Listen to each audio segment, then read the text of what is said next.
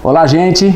É um prazer estar falando com vocês. Nós estamos iniciando hoje o nosso programa Tudo é Arte e tendo a honra de estar entrevistando hoje um grande mestre da nossa fotografia, das nossas artes visuais, o fotógrafo Roberto Iga, e que veio contar um pouco da trajetória dele pra gente.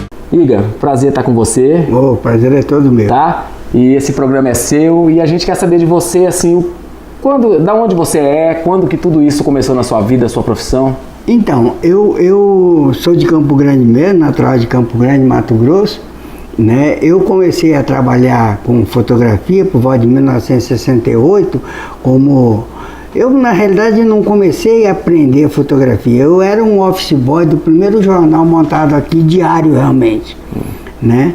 Um jornal diário que era o Diário da Serra. Em 1968 eu comecei a trabalhar lá como office boy e acabou que eu me encantei pela profissão de fotógrafo, vendo um profissional que chegou a Campo Grande nessa época, que era o seu Danton Garro.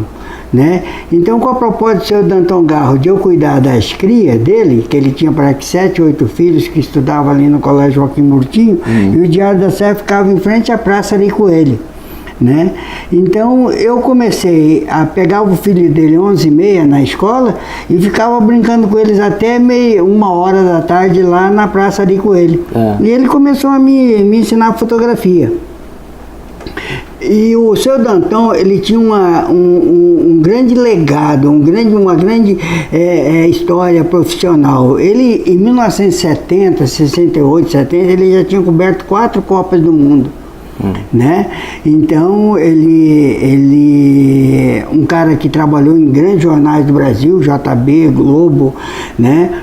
Estadão. Então, ele era um cara assim, muito conceituado no Brasil. Ele veio para cá para um tratamento de saúde. Né?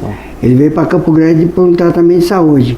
E acabou que ele foi trabalhar no jornal, lá nos Diários Associados, que é o Diário da Serra, no Jornal dos Diários Associados, que foi fundado por Assis Chateaubriand, né? E que tinha a sede do jornal primeiro no Rio de Janeiro, depois mudou-se para Brasília, que ele sempre ficava nas capitais do país, na capital do país, né? E aí eu me encantei com aquela coisa de você pegar a máquina, fotografar, projetar nesse ampliador aí, né? E dali sair a imagem, né? Eu falei, é isso que eu quero. E entrei de cabeça mesmo, sabe, Pedro? Eu entrei de cabeça mesmo na profissão, sabe? Eu fui ganhar conhecimento, fui procurar conhecimento, sabe? Para você ter uma ideia, a gente importava livros, tudo em inglês. Eu não tenho conhecimento nenhum de inglês, né? Então a gente comprava peso de dólar, né? E esse livro a gente mandava as professoras aqui de escola a traduzir, mas elas tinham também conhecimento de inglês das professoras, era aquele conhecimento didático, né? Então ela lia mais ou menos por cima, o resto a gente fazia dentro daquilo que a gente conhecia do laboratório de fotografia. E assim foi, e assim nós começamos.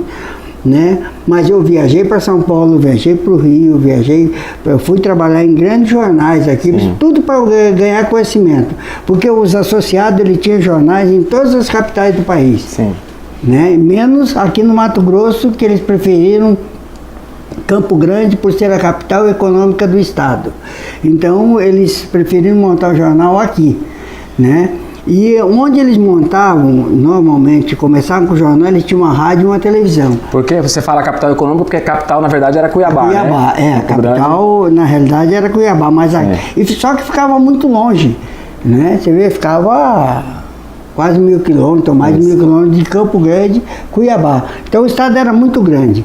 né? E nós fazíamos eles preferiram montar o jornal aqui, e foi numa época em que os associados começou também a decair no país inteiro, os diários associados, né? Mas nós sobrevivemos por um bom tempo aqui dentro, né? Porque como já se falava na intenção de transformar isso aqui numa capital, né? Transformar aqui numa capital, o que aconteceu em 77, Sim. Né? Culminou com a divisão do Estado em 1977. Sim. E isso já se falava de transformar Campo Grande na capital do Estado? Do Estado, com certeza. Essa divisão? Né? Isso mais ou menos em quanto? 72, 73? Já se falava isso? Não, sempre se falou. Sempre se falou. Nessa coisa da divisão, sempre se falou. Não, porque realmente, cara, você vê, nós viajamos aqui na época, Mato Grosso tinha 77 municípios, né? O que hoje só a parte do sul tem. Né? E era muito grande. Você chegar, por exemplo, daqui, põe aí uma cidade, Tangará da Serra, rapaz, Porto dos Gaúchos, sabe? É uma coisa muito extensa. Você levava, a gente para dar uma volta de carro no estado levava 4 meses, 5 meses, 6 meses. Na época de chuva era quase um ano viajando, todos os dias de carro, né? Então as distâncias eram muito grandes. Por exemplo, aqui no Mato Grosso, na época de chuva, você não podia viajar. Os caminhoneiros fechavam a estrada e não deixavam você passar, não. Principalmente carro de passeio, esses carros menores. Sim. Porque senão criava-se aqueles facões na estrada e não tinha como consertar em 1 dia, 2 dias, 3 dias. Você entendeu? Aquilo levava meses. Então os caminhoneiros fechavam, você não podia andar, tinha que parar a chuva, secar a terra para você continuar a sua viagem. Então era tudo muito difícil, né? E assim, nessa brincadeira, né, a gente comia o que podia, porque também esses botecos de estrada não se tinha, né? Nós chegamos a abrir esses enlatados da Swift, da Bordon, você pegava uma salsicha daquela que você furava, você aquilo explodia, sabe? De tanto tempo que estava ali, né, para ser vendido. Então nós vamos fazer um break agora e voltamos daqui a pouco para continuar esse assunto bem legal com o Roberto Iga.